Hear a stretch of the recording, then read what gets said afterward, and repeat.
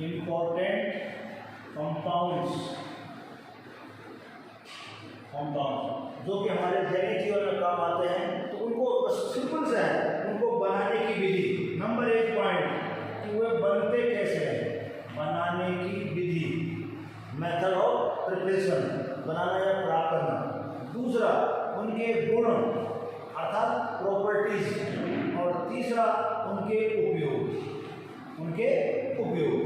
ठीक है। किताब में चार पाँच कम से कम आपको 2 या 3 याद करना है। 3 याद करोगे 2 या 3 याद करोगे 2 ही याद आएंगे। तो बनाने की विधि, मेथड ऑफ प्रिपरेशन, उनके प्रॉपर्टीज या गुण, और उनके उपयोग यानी कि यूजेस, ठीक है। ये 6-7 हैं, ध्यान से सुनना। पहला है आपका NaCl यानी कि सोडियम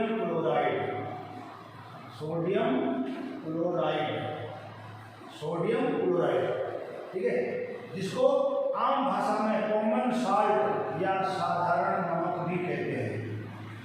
कॉमन साल्ट, इसका प्रचलित नाम क्या है, कॉमन साल्ट, ये है। अब ये कैसे बनता है, कहाँ से प्राप्त होता है? सबसे पहले बता दूं कि यह एक ऐसा लवण है जो कि उदासीन प्रकृति का है, क्यों? क्योंकि इसको बनाने में दोनों जो अम्ल और क्षार होते हैं वो प्रबल होते हैं। NaOH प्रबल क्षार प्लस HCl ये भी प्रबल अम्ल है। और जब प्रबल क्षार और प्रबल अम्ल आपस में क्रिया करते हैं तो वे एक दूसरे के गुणों को नष्ट कर देते हैं, ठीक है। और क्या बनाते हैं, लवण और जल बनाते हैं। तो लवण क्या बनेगा, क्षार से आएगा ये वाला Na धनायन, और अम्ल से आएगा ऋणायन, क्या बन गया, NaCl बन गया, ठीक है। और HOH यानी क्षार का ऋणायन और अम्ल का धनायन का H2O यानी कि जल बना देते हैं, H2। तो ये हो गया क्षार प्लस अम्ल इज इक्वल टू लवण प्लस जल, ठीक है। यह लवण उदासीन प्रकृति का होगा, न्यूट्रल होगा। हमने पहले लिखा उदासीन या न्यूट्रल, क्यों? क्योंकि यह प्रबल अम्ल यानी कि स्ट्रॉन्ग बेस और स्ट्रॉन्ग एसिड जब भी क्रिया करते हैं वो एक दूसरे को न्यूट्रलाइज कर देते हैं। तो यह साल्ट कैसा होता है, न्यूट्रल और वाटर बनता है, ठीक। अब है कि इसका स्रोत कहाँ है, कहाँ से बनता है? अच्छा, तो उदासीन है, इसका मतलब इसका pH कितना होगा, 7 होगा। कल हमने बताया था 7 होगा उदासीन, इसका 7 से कम होगा 6, 5, 4, 3, 2 और 1 और 0, वो हो जाएगा अम्लीय। और जिसका 7 से ऊपर होगा 8, 9, 10, 14 तक तो होगा क्षारीय। तो ये तो भी उदासीन है, तो 7 वाला होता है उदासीन। तो पहला हमने लिया कौन सा, NaCl सोडियम क्लोराइड, इसको साधारण नाम क्या, कॉमन साल्ट कहते हैं। यह एक उदासीन लवण या न्यूट्रल साल्ट है, क्योंकि इसका pH 7 होता है और यह प्रबल क्षार strong base plus strong acid से बनता है। स्ट्रॉन्ग है, और जब दोनों ही स्ट्रॉन्ग है तो वे एक दूसरे को न्यूट्रलाइज कर देते हैं, और क्षार का कैटायन और एसिड का एनायन यानी इसका धनायन सरनायन NaCl बनता है, और इसका धनायन सरनायन बनता है, जल बनता है, ठीक है। तो ये अब है कि इसका स्रोत क्या है। आमतौर पर जो नमक बनता है वह समुद्री पानी से बनता है। समुद्र का पानी कैसा होता है, खारा होता है। समुद्री पानी या खारे पानी की झीलें भी होती है, और राजस्थान में होते हैं बसपदरा, दीवाना, सांबर, ठीक है। तो समुद्री जल भी खारा होता है, खारे पानी की झीलों में अनेक लवण घुले होते हैं, बस इतना है। वो डायरेक्टली प्योर काम है, क्योंकि उसमें सोडियम का क्लोराइड, कैल्शियम के क्लोराइड, मैग्नीशियम के क्लोराइड ये भी अवशिष्ट पदार्थ के रूप में पाए जाते हैं, कचरे के रूप में, अपद्रव्य के रूप में। हमें चाहिए केवल NaCl, क्या चाहिए, NaCl। ये समुद्र के जल का वो सुखाते हैं, वाष्पन करते हैं। वाष्पन करने से जो नीचे बच जाता है वो नमक की परत बचती है, लेकिन उसमें अभी तक ये लवण भी मौजूद होते हैं। इसलिए शांत यानी जिसको सुखा लिया हो, पानी भाप रहा होगा, यह शांत समुद्री जल या खारे पानी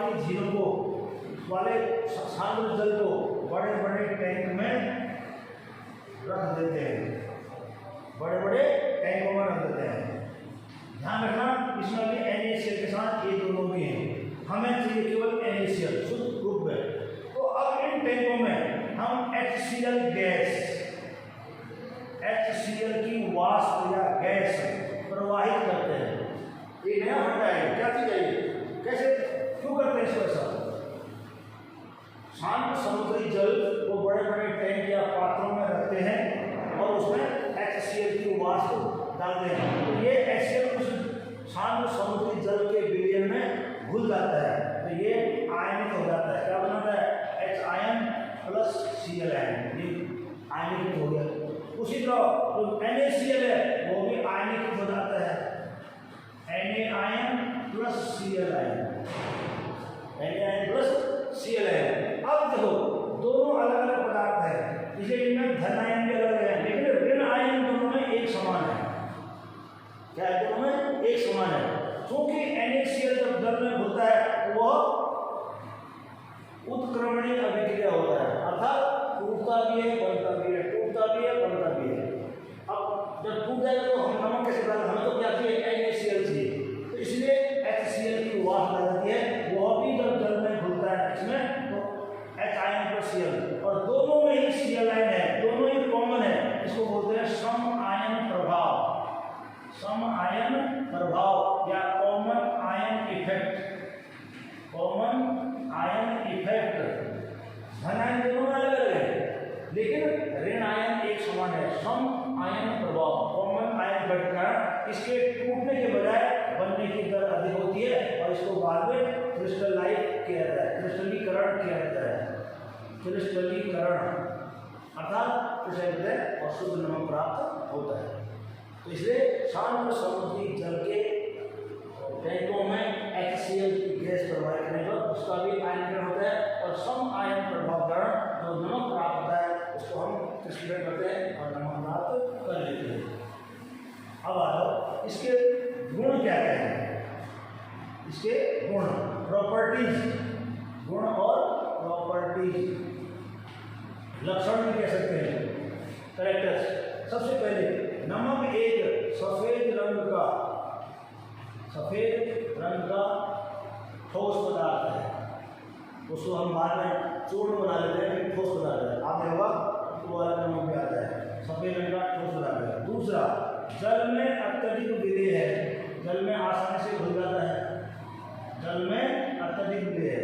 यह सफेद रंग का ठोस पदार्थ है, जल में अत्यधिक विलेय है और इसका गलनांक जो है, मेल्टिंग पॉइंट, कितने डिग्री ताप पर जलने पर पिघलता है, वो लगभग 1081 केल्विन है।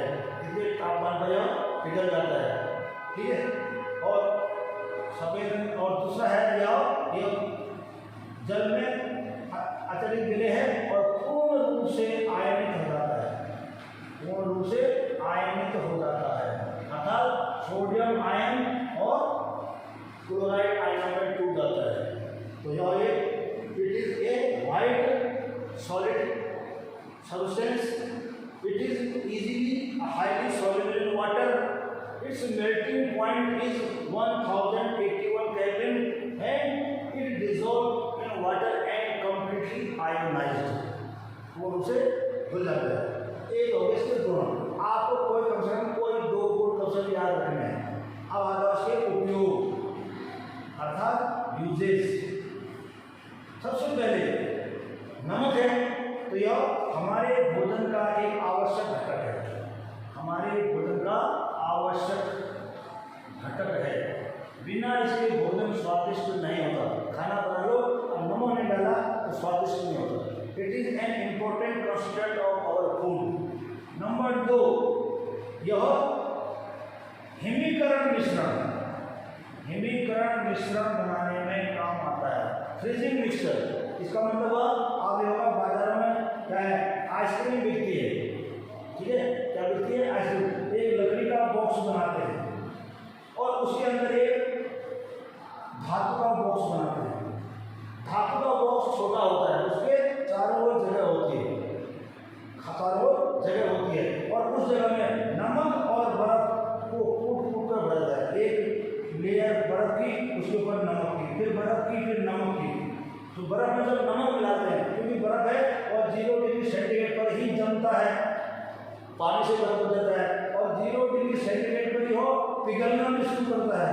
अर्थात 0 डिग्री सेंटीग्रेड तापमान पर बर्फ के इसके दोनों रूप होते हैं, ठोस रूप भी और तरल रूप भी।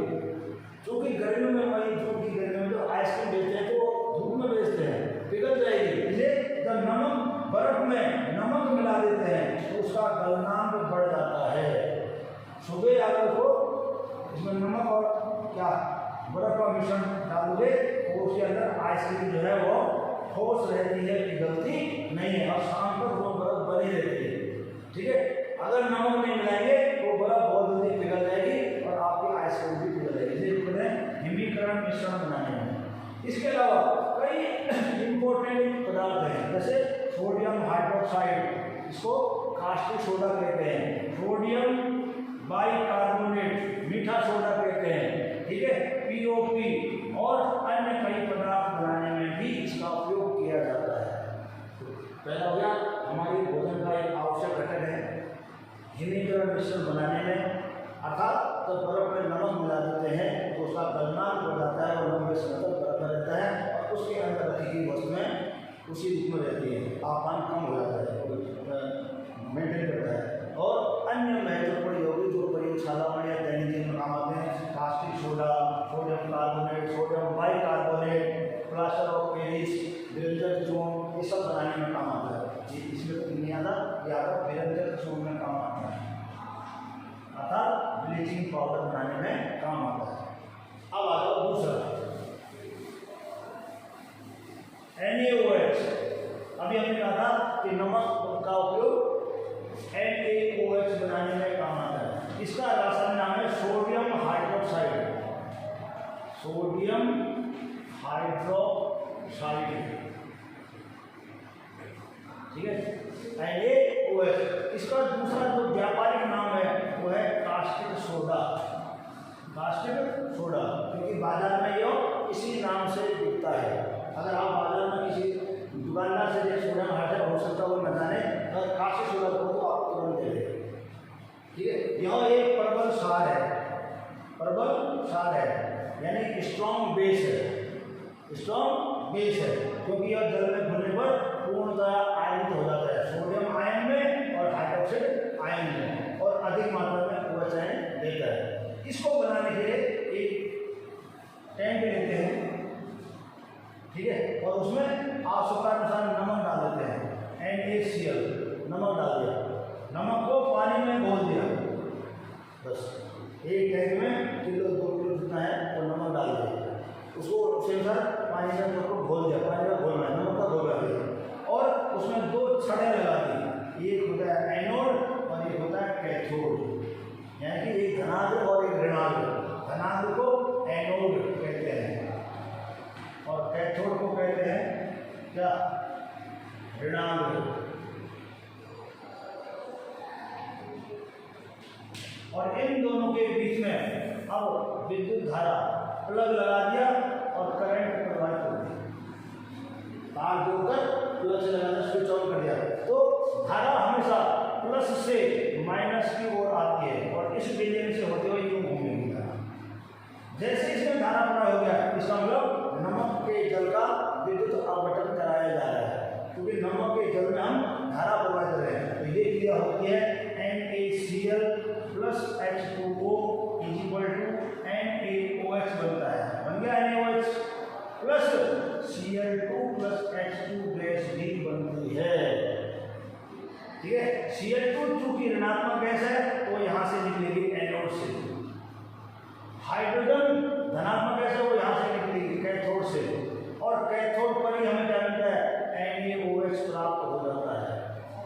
सिंपल सा, जो नमक आप बहुत डालते हैं उस नमक के जल का विद्युत अपघटन, उसमें विद्युत धारा प्रवाहित क्यों नहीं है, विद्युत धारा प्रवाहित करने पर हमें NaOH तो प्राप्त हो ही रहा है, साथ में दो महत्वपूर्ण गैसें भी प्राप्त हो रही हैं, Cl2 और H2।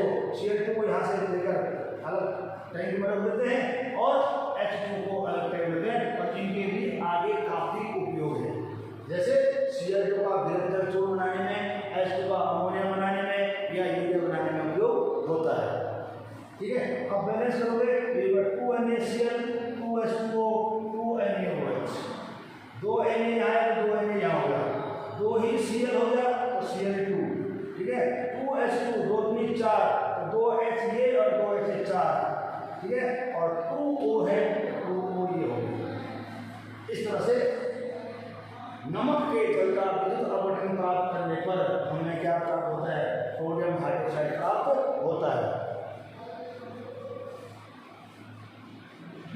ठीक है। अब इसके आगे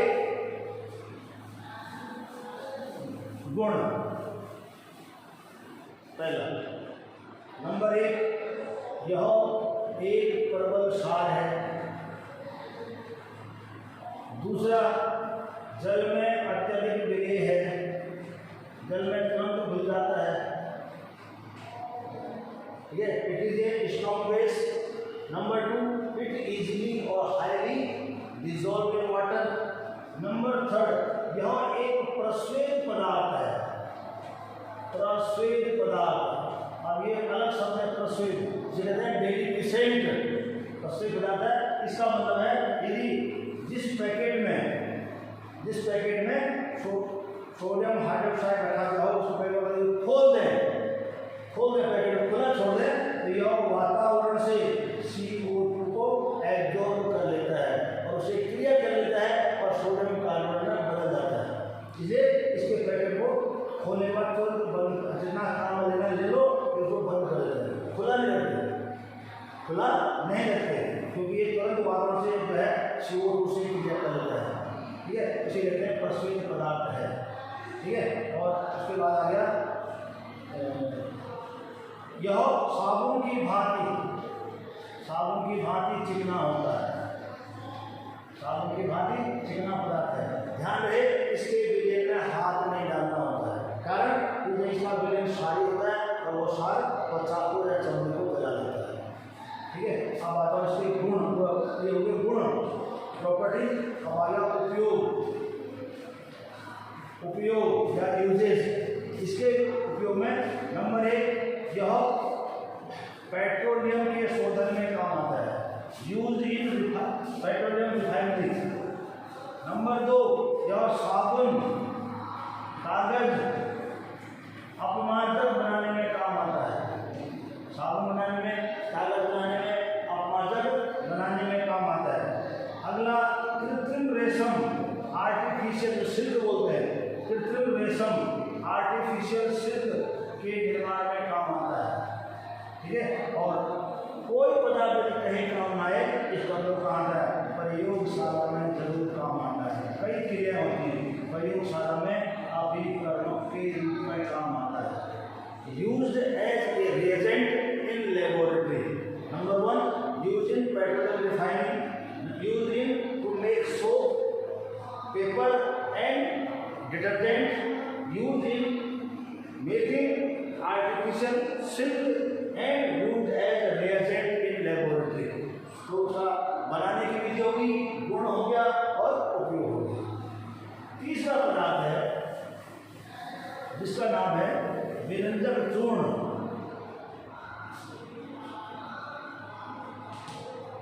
विरंजक चूर्ण या ब्लीचिंग पाउडर।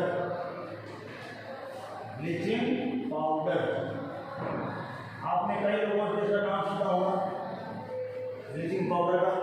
ठीक है, इसको हमने भी कहा था, नमक से सोडियम हाइड्रोक्साइड बना रहे थे, तो हमें क्लोरीन गैस भी प्राप्त हुई थी।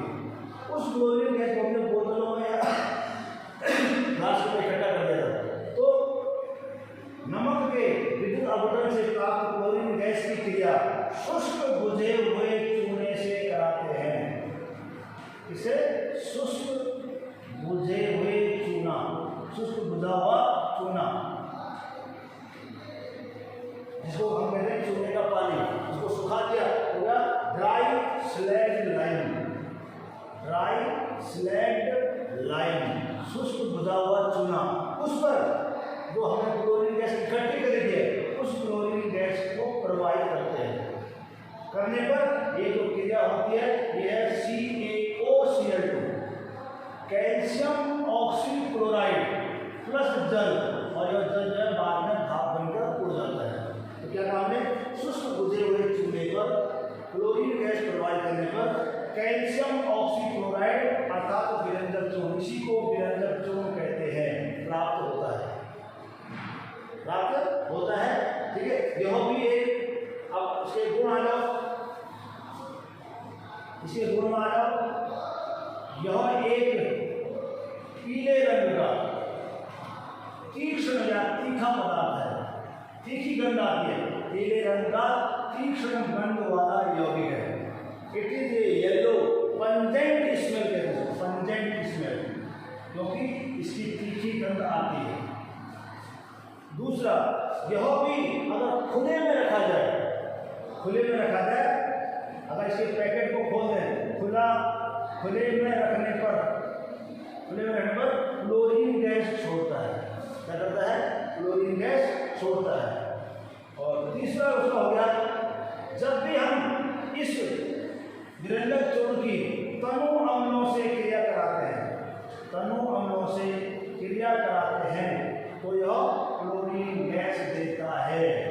क्या देता है? क्लोरीन गैस देता है। जैसे CaOCl2 प्लस H2SO4। ध्यान रहे यह तनु होगा, सांद्र नहीं लेते, तो ये बन जाएगा CaSO4, कैल्शियम सल्फेट बनता है, H2O बनता है,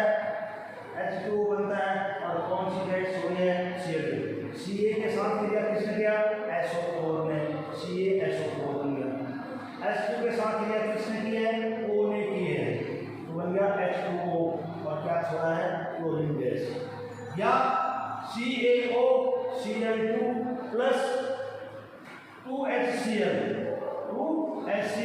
ये मेरा CaCl2, वही CaCl2 बन गया, दो यहाँ से आ गया, H2O बन गया, प्लस क्लोरीन गैस हो गया। अर्थात तनु अम्लों से विरंजक चूर्ण क्रिया करने पर क्लोरीन गैस प्रदान करता है। ठीक है, और ये क्लोरीन गैस जब जल में घुलता है, नंबर 4, यदि आप क्लोरीन गैस की जल से क्रिया कराएंगे, पर यह परमाणुक ऑक्सीजन देता है। ध्यान से सुना, परमाणुक ऑक्सीजन,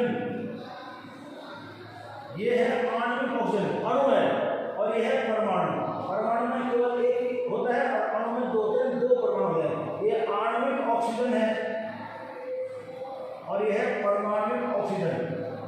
तो क्लोरीन गैस की जब जल से क्रिया करता है, Cl2 plus H2O is equal to H2 और Cl2 क्रिया कर लेते हैं, तो ये बनाते हैं 2HCl, दो इसके हैं, और ये अलग हो जाता है। इसको कहते हैं परमाणुक ऑक्सीजन, या एक और नाम है नवजात ऑक्सीजन। क्लोरीन गैस को जब जल में घोलते हैं, क्रिया कराते हैं, तो वो परमाणुक ऑक्सीजन प्रदान करता है। और यही परमाणुक ऑक्सीजन या नवजात ऑक्सीजन रंगीन कपड़ों को विरंजित कर देता है, उनका रंग उड़ा देता है, इसलिए और विरंजन की तरफ कार्य करता है। यहाँ रंगीन पदार्थ, चाहे वो कपड़ा हो, कागज हो, रंगीन है, प्लस किससे क्रिया करता है? इस परमाणु ऑक्सीजन से क्रिया करता है, तो उसका रंग उड़ जाता है और रंगहीन पदार्थ बन जाता है। क्या बन जाता है? रंगीन। Coloured substance react with atomic oxygen और nascent oxygen is equal to colourless substance, ये इसका है। अब आ जाओ, ये थे इसके गुण, अब आ जाओ इसके उपयोग।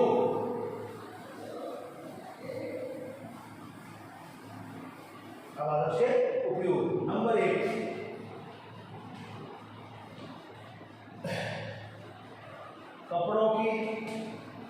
कपड़ों के विरंजन में, जिसका नाम है विरंजन, रंग उड़ाना।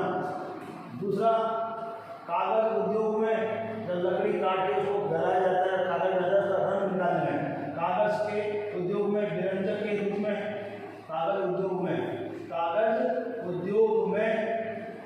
विरंजक के रूप में। नंबर 3, पेय जल को, पीने वाले पानी को शुद्ध करने में, क्योंकि यह कीटाणुनाशक या रोगाणुनाशक भी होता है।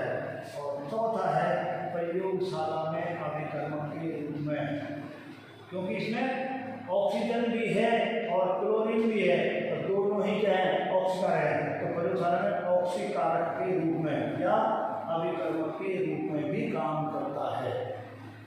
इस तरह से ये होगा विरंजक चूर्ण। नेक्स्ट आता है बेकिंग सोडा या मीठा soda. Baking soda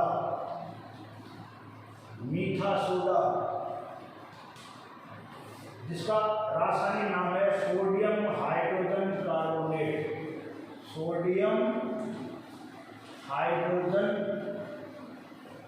carbonate, carbonate, ठीक है। यह एक हल्का क्षारीय लवण है, हल्का क्षारीय लवण है और इसको दो तरीके से बनाया जाता है।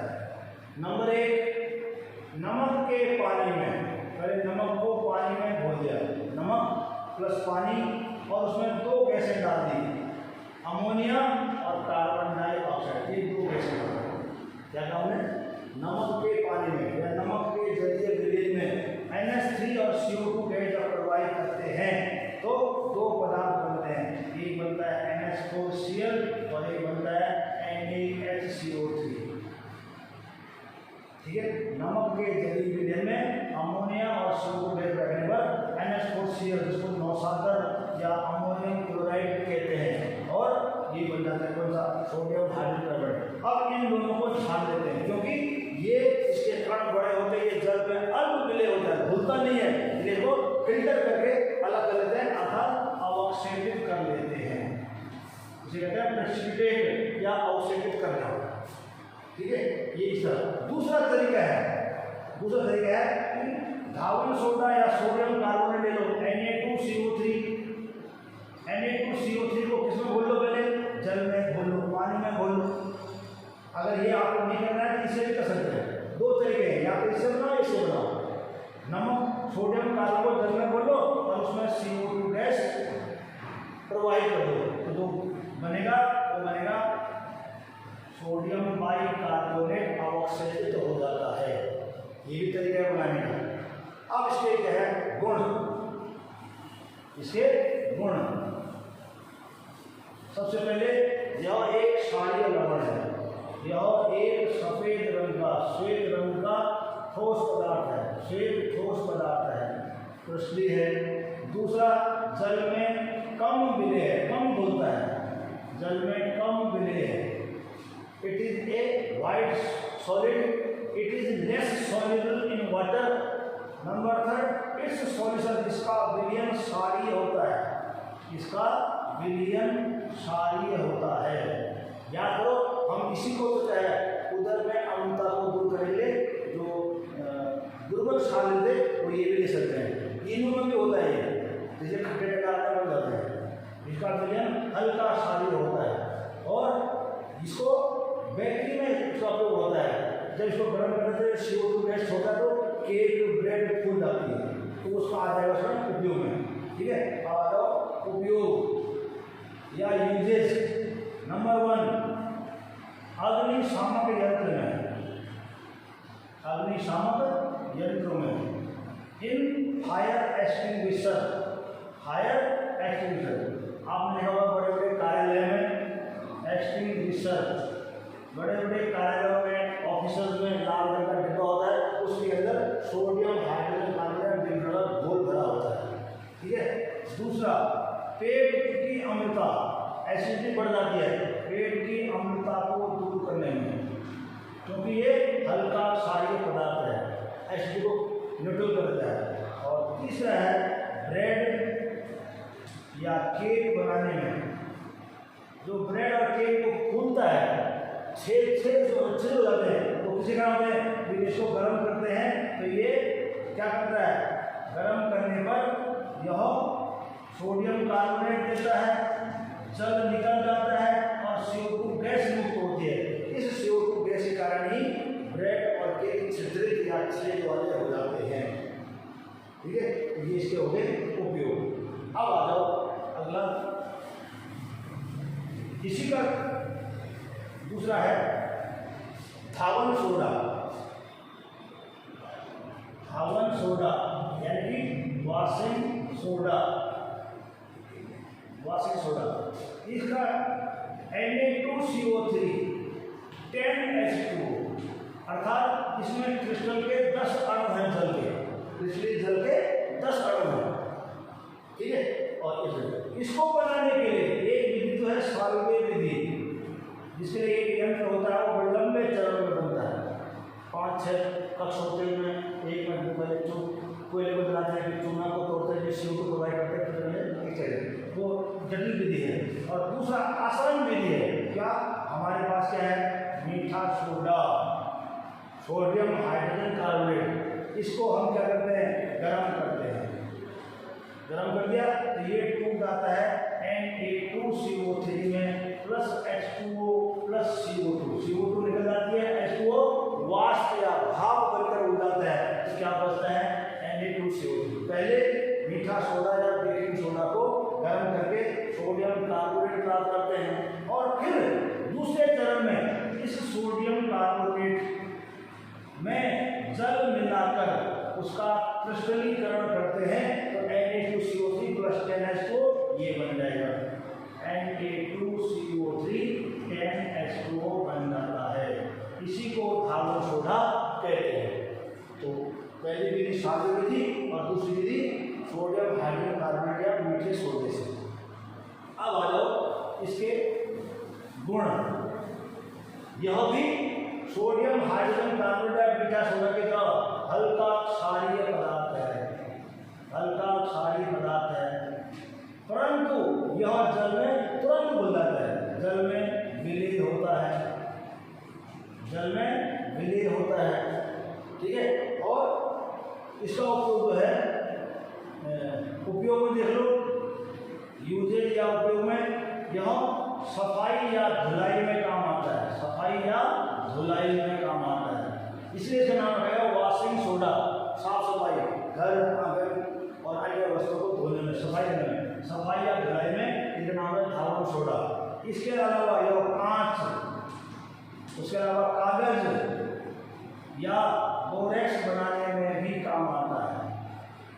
तीसरा, प्रयोगशाला में अभिकर्मक के रूप में काम आता है, प्रयोगशाला में अभिकर्मक के रूप में काम आता है। इस तरह से इसके गुण भी हो गए और उपयोग भी हो गए। एक और बताया आपको, और वो है आपका POP, POP plaster of Paris, plaster of Paris, जिसको शॉर्ट में कहते हैं POP, plaster of Paris, plaster of Paris. इसका सूत्र होता है CaSO4 1/2H2O, यानी कि इसमें आधा अणु ही जल का होता है। कैल्शियम सल्फेट का सेमी हाइड्रेट या हेमी हाइड्रेट है। अब ये कैसे बनता है, आपने एक पदार्थ का नाम सुना होगा, जिप्सम, एक कोलाइड साइड बहुत बनता है जिप्सम, ठीक है, जिसका सूत्र होता है CaSO4 2H2O, अर्थात जिप्सम का नाम है कैल्शियम सल्फेट का डाइहाइड्रेट, इसमें 2 अणु जल के होते हैं। तो सबसे पहले जिप्सम को बारीक चूर्ण लेते हैं, बारीक चूर्ण पीस लेते हैं, उसका चूर्ण लेते हैं और उसको सावधानी पूर्वक 393 डिग्री ताप तक गर्म करते हैं। ध्यान रखना, इससे अधिक ताप हो गया तो ये आधा अणु है वो क्या है, निकल जाएगा, ठीक है। तो ये देखो CaSO4 2H2O जिप्सम का बारीक चूर्ण, टेम्परेचर रखा कितना, 393 डिग्री केल्विन, जो लगभग 120 डिग्री के आसपास आता है सेंटीग्रेड में, ठीक है, गर्म करते हैं। तो इसमें से 2 अणु में से 1.5 अणु उड़ जाता है, केवल आधा अणु बचता है, ये बचता है CaSO4 का 1/2H2O, आधा ही अणु जल का बचता है, प्लस एक सही 1/2H2O निकल जाता है। 2 अणु में से आधा अणु ही बचता है, 1.5 अणु भाप बनकर उड़ जाता है। इसको हम क्या कहते हैं, POP या प्लास्टर ऑफ पेरिस। इसको प्लास्टर ऑफ पेरिस क्यों कहते हैं, फ्रांस की राजधानी पेरिस है, फ्रांस की राजधानी पेरिस है और इसे सबसे पहले वहीं बनाया गया है, इसलिए इसका नाम रखा गया है प्लास्टर ऑफ पेरिस। और इसका उपयोग टूटी हुई हड्डी को जोड़ने में प्लास्टर लगाते हैं, तो वही प्लास्टर है, या मकानों में लगाते हैं POP, दीवारों को चिकना बनाने, सुंदर बनाने में, तो ये प्लास्टर के रूप में काम आता है। चाहे वो मकान का प्लास्टर हो या फिर हाथ या शरीर का कोई हड्डी टूट जाती है, उसको स्थिर रखना, ये नहीं तोड़ता, हड्डी अपने आप टूटती है, इसलिए ये स्थिर रहता है। इस बीच हड्डी को जोड़ने का मौका मिल जाता है। और कहाँ बनाया गया, पेरिस में, इसका नाम है प्लास्टर ऑफ पेरिस। तो बनाने की विधि ये है, जिप्सम के बारीक चूर्ण को 393 डिग्री तापमान तक सावधानी पूर्वक गर्म करने पर वह अपने में से आधा अणु जल को तो रोक लेता है और 1.5 अणु जल को उड़ा देता है। ध्यान रहे, यदि तापमान इससे अधिक हो गया तो ये आधा अणु जल का भी निकल जाएगा और खाली का बचेगा कैल्शियम सल्फेट, जो किसी काम का नहीं है। इसे मृत ज्वलित प्लास्टर कहते हैं, मृत ज्वलित प्लास्टर कहते हैं। अब आता है उसके गुण। यह सफेद रंग का है, चिकना पाउडर होता है। नंबर 1, यह सफेद रंग का, श्वेत रंग का अति चिकना पाउडर है, अति चिकना पाउडर या चूर्ण है, ठीक है।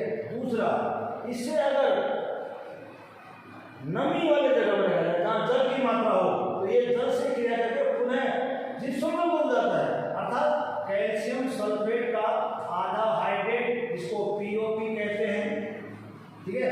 अगर इसको नमी वाले स्थान पर रखा जाए तो यह जल के अणु से फिर क्रिया कर देता है और कठोर जिप्सम में बदल जाता है, बेकार हो जाता है। इसलिए क्योंकि इसको जल में घोलते हैं, एक कुंडे में ले लिया, इसको घोल लिया तो 10 से 20 मिनट में ही, अगर इसको लगाया नहीं तो ये कठोर हो जाता है, ठीक है। कैल्शियम सल्फेट का dihydrate 2 minute, calcium dihydrate 2 minute. और तीसरा है, ठीक है, उपयोग में आता है। उपयोग नंबर 1, टूटी हुई हड्डी को, कोई हड्डी फ्रैक्चर हो जाए, टूटी हुई हड्डी को जो स्थिर रखने में, ताकि वह जुड़ जाए, ठीक है। दूसरा है चौक बनाने में, और तीसरा है मूर्तियां या सजावट का सामान बनाने में, मूर्तियां व सजावट का सामान बनाने में काम आता है। इस तरह से हमने आपको 6 यौगिक बता दिए। पहला NaCl, दूसरा NaOH, तीसरा विरंजक चूर्ण, चौथा मीठा सोडा, पांचवा धावन सोडा और छठा पीओपी। और कल के लिए हमने छोड़ रखा है साबुन और अपमार्जक। इसलिए आज वाला आप पढ़िए, उसको बनाने की विधि, उसके 2 गुण और